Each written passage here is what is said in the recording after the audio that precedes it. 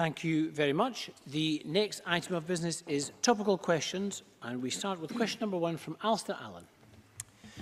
Thank you, Presiding Officer. To ask the Scottish Government what its response is to the Prime Minister's reported position that the proposed Brexit deal ensures that the UK will be an independent coastal state with full control over its waters.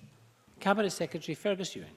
Presiding Officer, the withdrawal agreement reached by the UK Government risks being very damaging to Scotland's seafood interests, with an explicit linkage of trade and access to UK waters in direct contradiction to what was promised by the UK Government in their very own White Paper on fisheries.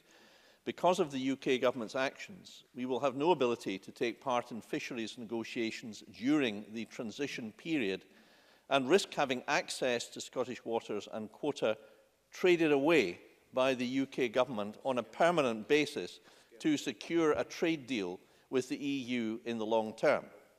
Under the deal, Scottish seafood exporters to the EU also face the risk of significant and devastating new trade barriers. In relation to the salmon industry alone, it's estimated that an extra... I'll say that again, Presiding Officer, because of the interruptions from my left. It's estimated that an extra 45,000 export health certificates will need to be issued per annum as a significant cost to both businesses and public authorities. Based on that, I cannot share the Prime Minister's reported view that the UK will be an independent coastal state with full control over its waters. What I can conclude is that in the Prime Minister's eyes, Scottish seafood interests appear to be expendable. Alasdair Allan.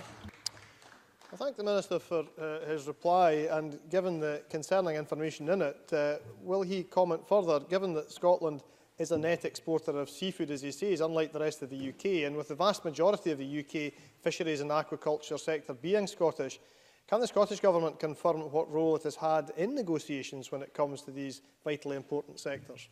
Cabinet Secretary. Well, the UK Government has not involved us in any way whatsoever in response to Dr Allan's point. And that's despite the fact, Presiding Officer, that I have myself, the Scottish Government, has taken part in the negotiations in Brussels for the last 2 years.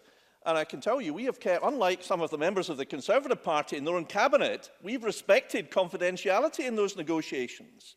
But despite that, we have, despite asking for being fully involved in the negotiations, we have played no part. We have not been able to provide a part. We have been prevented from taking part in those negotiations, which appear to have such a disappointing and, frankly, potentially damaging outcome. Alasdair Allan. Well, again, I thank the Minister. Given what he's indicated about the actual withdrawal agreement and what we know now about the links to access to waters with access to trade of fish and seafood exports, will he also be aware of the value of fresh seafood like langoustines, scallops and other species, some of which is caught and landed in and around the waters of my constituency? And can I ask the Cabinet Secretary to explain in more detail the sorts of issues that this industry faces if it loses tariff and barrier-free trade with the EU, and how we might take steps to prevent disruption to this lucrative export trade? Cabinet Secretary. Well, in answer to the questions, the shellfish sector faces particular concerns. They face the possible imposition of tariffs and non-tariff barriers because shellfish prized in Europe and throughout the world, because shellfish are obviously perishable, a delay even of a few hours, Presiding Officer, can be fatal and can render valueless fresh produce such as shellfish. And the imposition of new export certification requirements in a market which hitherto has been a frictionless market is also of grave concern. What can we do to ameliorate it? Well, of course, our own preference is to remain in the EU, to remain in the single market and to remain in the customs union. And that's what we can do to solve that threat of that particular problem. But we have also, because we are always constructive, we have also proposed an alternative scenario in Scotland's Our Place in Europe, which would see us continue to seek frictionless trade whilst coming out of the CFP. Peter Chapman, to be followed by Rhoda Grant. Thank you, Presiding Officer. And quite frankly, everybody needs to calm down a bit here. Nothing has been traded away on fishing. No red lines have been crossed on fishing. The Prime Minister has been very clear that nothing will be traded away. President Macron would like French fishermen to continue fishing in our waters. Shock horror. He was always going to say that. We have never said no EU boats will ever be able to fish in our waters again, but if they fish, it will be under our control and under our rules. And I would just ask, will the Minister confirm that my understanding is correct, that the SNP position on fishing is to rejoin the CFP at the earliest opportunity? Cabinet Secretary. It is not correct, and I disagree with everything that Mr Chapman has just said. So that's an answer to his question. I've never seen, Presiding Officer, the Conservative Party so divided as it is now, with the MP for Murray castigating the plan that Mr Chapman thinks is the bee's knees. But Mr Chapman seems to be unaware of what has happened over the past couple of weeks, where hitherto the UK government said that fisheries and trade must not be linked. Now they're umbilically linked. And if they're umbilically linked, if the EU doesn't get the deal that it wants, then fish and aquaculture will find themselves out of the customs union and facing tariffs and non-tariff barriers. And moreover, following the agreement of the political declaration 25th of November, the European Council released a statement in which it signalled its intention, and I quote from this statement, to demonstrate particular vigilance to protecting fishing enterprises and to seek to, quotes, build on, inter alia, existing reciprocal assets and quota shares. That implies that the position taken by the European Council is to seek even more access to our waters than they do currently at the time. The fact that Mr Chapman refuses to recognise the existence of all this over the past couple of weeks is further proof positive of the total disarray his party is in this matter. Rhoda Grant, to be followed by Patrick Harvie. Thank you, Presiding Officer.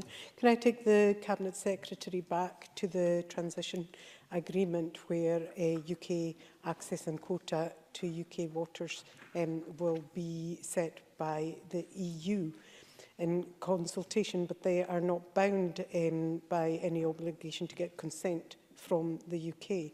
I wonder, given that he has relationships with colleagues in the EU, whether he has spoken to them or had any discussions with them about how they'll exercise those powers in the interim period during transition, and what safeguards he could then offer to our fishing communities.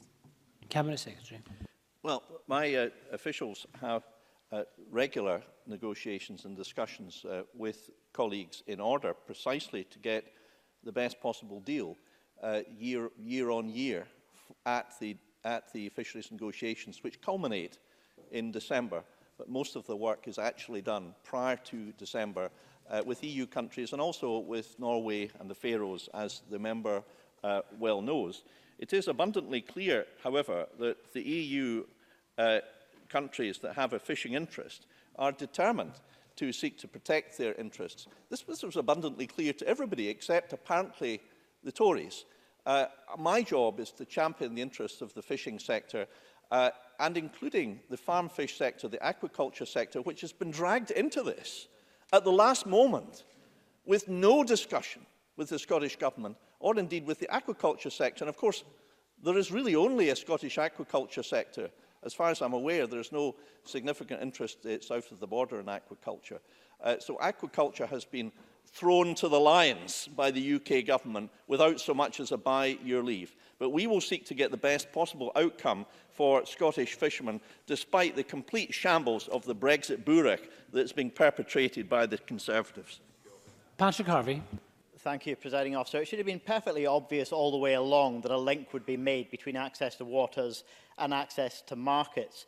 It's also equally clear that if we want a sustainable approach to fisheries, a healthy marine environment, it can't be done without international cooperation. So some form of common policy on fisheries is inevitable.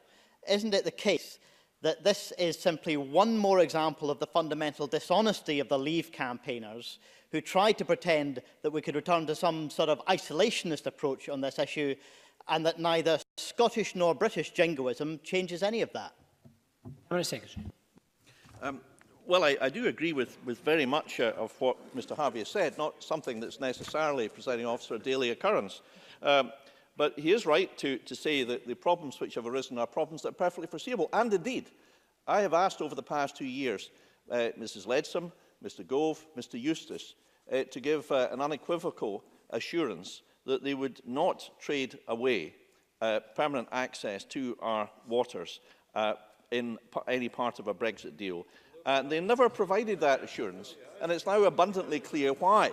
Because in reaching an agreement to agree on fishing, they have postponed that decision for purely political reasons, because they know fine well that they are not going to be able to deliver on the promises that were made in the Leave campaign. In short, the Brexiteers overpromised, and now they're ready to underdeliver.